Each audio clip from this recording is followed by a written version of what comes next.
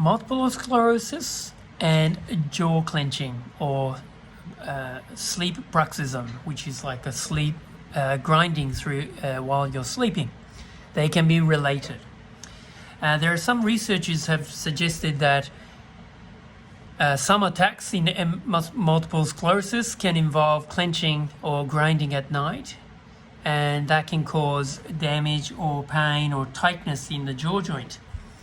And when it's repeated, obviously that can cause the discs inside the joint of the jaw joint to displace in front, usually anteriorly, the front, and then if you keep clenching, that will impinge the jaw joint, which will inflame the jaw joint and all the structures that are inside the jaw joint. So they say, some of the researchers have suggested that it's still controversial and it's not proven, but they say possibly the mechanism of the multiple sclerosis causing clenching is to do with the lesion of the cortico-basal ganglia thalamocortical loop, and that is triggering some of the attacks of the clenching. And they've also shown that some treatments, such as Botox into the masseter muscles and temporalis muscles, have been shown to be effective in helping with the jaw symptoms or pain or tightness. But I mean, from my physiotherapy point of view, that's still a band-aid treatment. So if it's the brain wave that's inside your brain, that's in the white matter, in the case of multiple sclerosis, then obviously we can't help that, and the Botox is appropriate to manage the attacks.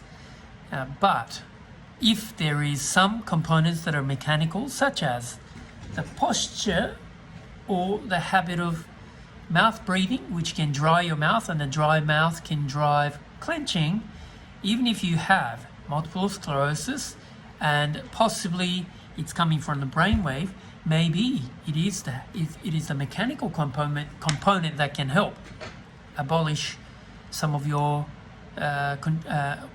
clenching or grinding. And if that's the case, that's great, because that means less medication to take, less injection into your muscles. And it is a possibility. I'm not saying this is proven, but just looking at people who do have multiple sclerosis in the background will have a higher tone in the muscles, which predispose them into poor posturing. So from physio point of view, yes, we can definitely help them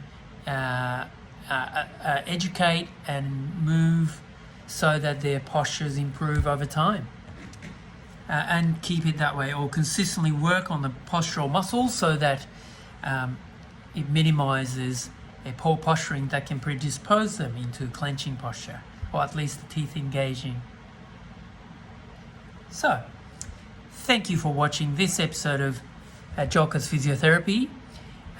If you are, or if you know someone, your family member or friends who may have this relationship between clenching or sleep time bruxism, which is a grinding, and a multiple sclerosis, please maybe give them some idea that physiotherapy could help, because by improving their mechanical posture, improving their breathing pattern, because their tongue position has improved, and you're doing more nose breathing rather than mouth breathing, that may be enough to at least reduce the episodes of clenching, grinding in the night or during the day.